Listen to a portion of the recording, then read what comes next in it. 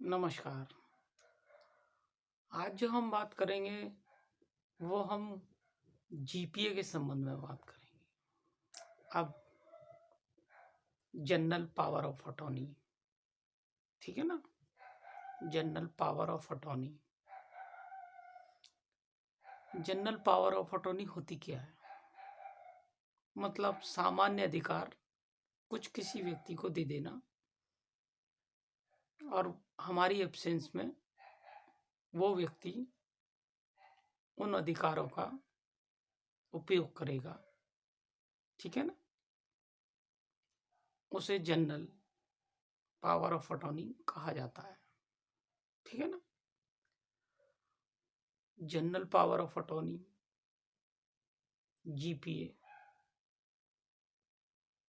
कौन बना सकता है? सबसे पहला सवाल। इसमें भी 3 भाग होते हैं। ज़्यादातर जो रजिस्टर्ड डीड्स होती हैं उनमें 3 भाग मुख्य होते हैं। एक लेने अर्थात जीपीए बनाने वाला, और जीपीए स्वीकार करने वाला, और तीसरा उसका रजिस्ट्रेशन का भाग, ठीक है ना? तो हमें सबसे पहले ये समझना है जीपीए बना कौन सकता है, ठीक है ना? ये समझिए आप। जीपीए केवल वो व्यक्ति बना सकता है जो उस संपत्ति का मालिक हो। जब वो मालिक ही नहीं होगा तो जीपीए नहीं बना सकता, ठीक है नहीं? सबसे पहले किसी अचल संपत्ति की जब जीपीए बनानी है तो उस संपत्ति का वो स्वामी होना बहुत जरूरी है, तब उसके संबंध में वो जीपीए बना सकता है, ठीक है ना? अब जीपीए बनाने के लिए सबसे पहले उसका स्वामी होना जरूरी है। उसके बाद उसका जिस व्यक्ति को वो नॉमिनेट कर रहा है, अर्थात वो जिस व्यक्ति का नाम ले रहा है कि मैं इस व्यक्ति के पक्ष में जीपीए करना चाहता हूँ, और मैं जब नहीं होऊंगा या मैं देश छोड़ के जा रहा हूँ, और तब ये इन अधिकारों की प्रयोग करेगा जो मैं जीपीए में लिख के जाऊंगा।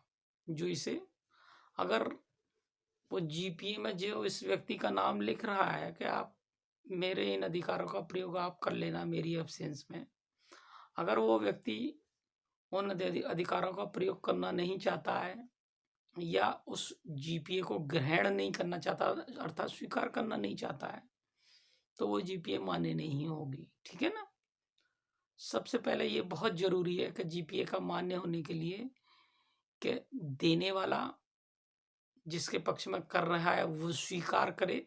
अगर वो स्वीकार नहीं करता तब भी जीपीए वैलिड नहीं होगी। स्वीकार करना बहुत जरूरी है और देने वाला भी दे उन अधिकारों को, तभी वो जीपीए बनती है, ठीक है ना?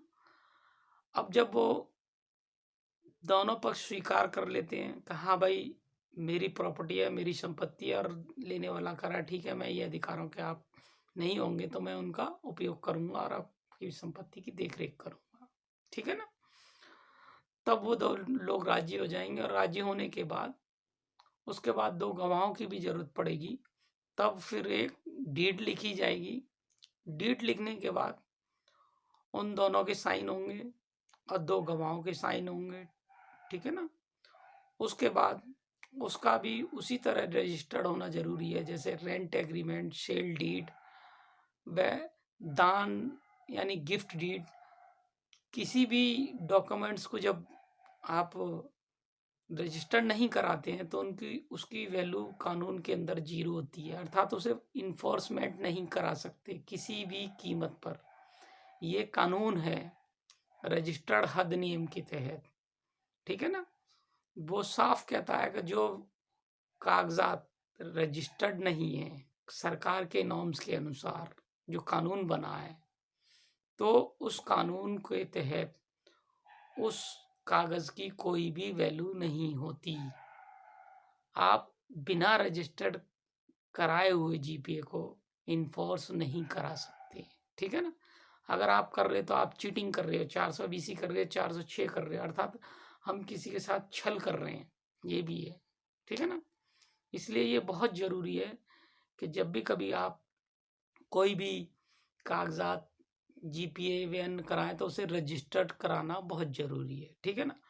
अब जब जीपीए रजिस्टर्ड हो जाती है पूर्ण रूप से, जैसे मैंने बताया, तो उसके बाद आप इस बात को भी समझें कि वो फर्दर जीपीए नहीं कर सकता, ठीक है नहीं।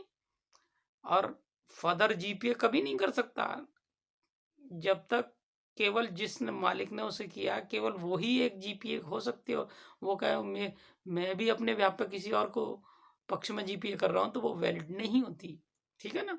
और वो जो जीपीए भी जब तक वैलिड है जब तक वो व्यक्ति जीवित है जिसने उसे किया है, ठीक है ना। अगर वो व्यक्ति नहीं रहता उस पीरियड में तो वो जीपीए ऑटोमेटिक ब्रेक हो जाती है।